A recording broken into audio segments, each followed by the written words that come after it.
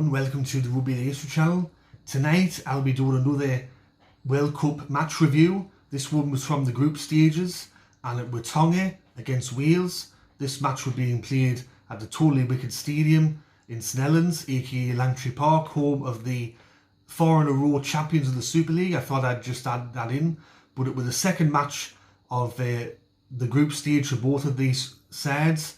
Tonga, of course, had a hard-fought win over Papua New Guinea. They weren't at their best, but they got the job done. As for Wales, they were very unlucky not to get a point or to beat Cook Islands there in the first match. So going into this match, Tonga made 6 changes to their side, which beat Papua New Guinea. And as for Wales, we all know the story. Nearly all of their squad is made up of amateur players, semi-professionals, people that play in the Championship League 1, or in some cases, the standoff for Wales, Ollie Olds, plays for Valley Diehards in the Brisbane A-grade Rugby League competition, and the scrum half plays for Mount Pritchard Mounties, aka Mounties, in the New South Wales Cup. So going into this match, Wales were always going to be up against it. But to start the match, Wales were the better side. Once again, Tonga coming into this game flat, like they did against Papua New Guinea.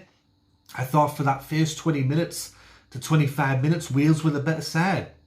Tonga had more of the ball, but Wales were committed in defence, put on some good hits, and I think it really frustrated Tonga in a way, because I think Tonga were trying to force their hand a bit. They were trying to force the play, and as a result they made a couple of errors. And you can see that Tonga were getting more and more frustrated with the fact that Wales were holding them out, and Tonga were just trying to do plays that probably they weren't practicing on in training, and things just weren't coming off for them. And we're in that sort of time period there that Wales actually took the lead and just shocked everyone. And it was actually a very good try.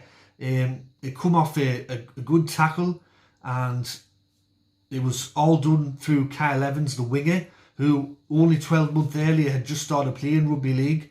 He plays for Wakefield Trinity, I think, from what the commentators were saying.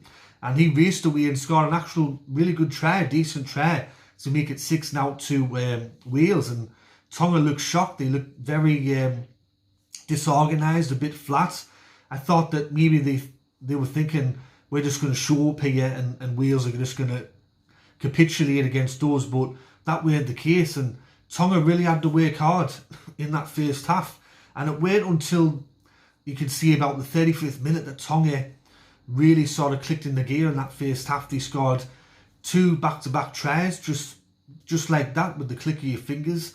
And at half-time, it was 16 points to 6 in favour of Tonga. But really, for that first 35 minutes, Wales were the better side. I thought Wales could consider themselves being very hard done by, being very unlucky to be down 16-6 at half-time.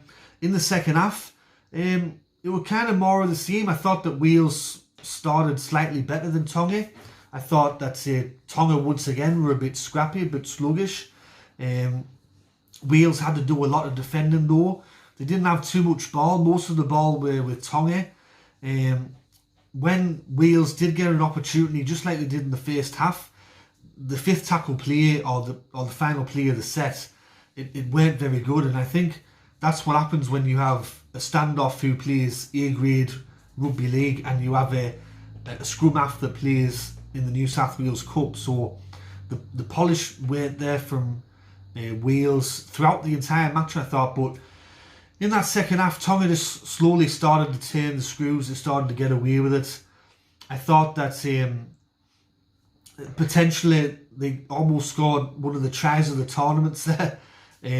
It was similar to the Australian try that Josh Adokar scored, but they found that the point of the ball had touched the line, so Tonga were very unlucky there not to score.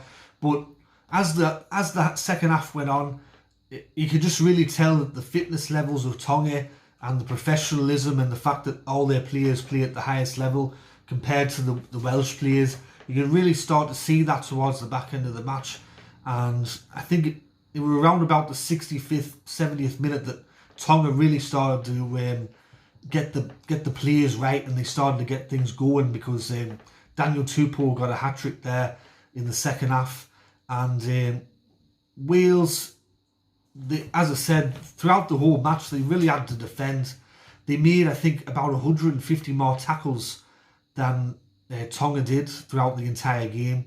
And you could really tell in that last 10 minutes, Wales were tired, but they defended valiantly. I thought that, considering that the side's made up of amateur, semi-professional players, they did really well tonight. And I think the full-time score really sort of, I don't know, I think with Tonga, I think they'll be disappointed with that full-time score. I thought that maybe in their minds going into this match, they thought that they could put a bit of a score on Wales, make a bit of a statement going into the rest of the tournament. But Wales really put up a fight tonight and gave them a bit of a scare in that first half. But just that professionalism and fitness in the end really undid Wales. I thought for Tonga, some of their best players tonight, obviously Daniel Tupou. I liked Sonny Luke out of dummy half there. I thought he was very sharp. Kaloma Tungi, I thought, were very good again. Lola here was good. I thought that he had a good match, I thought. Some of the other players were okay. I thought Talakai had sort of a quiet game, I thought. Who knew he could goal kick? He kicked a goal from the sideline. I was actually really surprised when he was given the kicking duties, but he kicked a goal there towards the end. I thought David Fafita were okay when he came on. He got a try. But as a whole, I think Tonga won't be particularly happy with the performance. I think Christian Wolf will be saying a few things after the game. As for Wales, I thought their best player was the winger, Kyle Evans. He was really good. Put on some good hits, especially on Talakai. Made a couple of breaks. Scored the only try of the match for Wales. I thought that's the other player for Wales that were good. I thought Williams, the other winger, were good.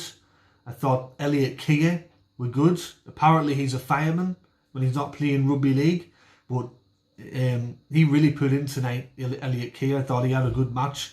And I think the big front rower there, I didn't quite get his name, but the one that had to miss the last World Cup because they found a brain tumour. I thought that every time that he carried the ball up, he kind of bended the line a little bit. As for the rest of the Welsh side, I think all of them could put their hand up and see that they had a good match. I think Ollie Olds will miss the final match against Papua New Guinea. He took a late hit from Adam Fanua-Blake to the shoulder, and he had to put his arm in a sling when he went off the field. So I don't think that he'll play against Papua New Guinea. But overall, I thought it were an okay match. It weren't a bloodbath like people predicted, and I thought that Wales, they can really hold their heads up high because I thought they played quite well. But anyways, everyone, this has been my review of the Tonga match against Wales from the Totally Wicked Stadium in St Helens. I thought that they were a good game overall, but let me know in the comment section below what you thought. Let me know who your best players for Tonga and Wales were, and let me know what you thought of this video. I'll be doing some more videos in the future. I've got a couple more World Cup reviews. I'll be reviewing the match tomorrow, Papua New Guinea against Cook Islands. And I'll be back with the View from the North podcast with Just Rugby League. I think that'll be on the Wednesday or the Thursday. And we'll be talking about the Rugby League World Cup second round of group matches. So anyways, this has been Rugby League History. Thanks for tuning in, and I'll catch you all later in the next one. Alright, tatty bye for now.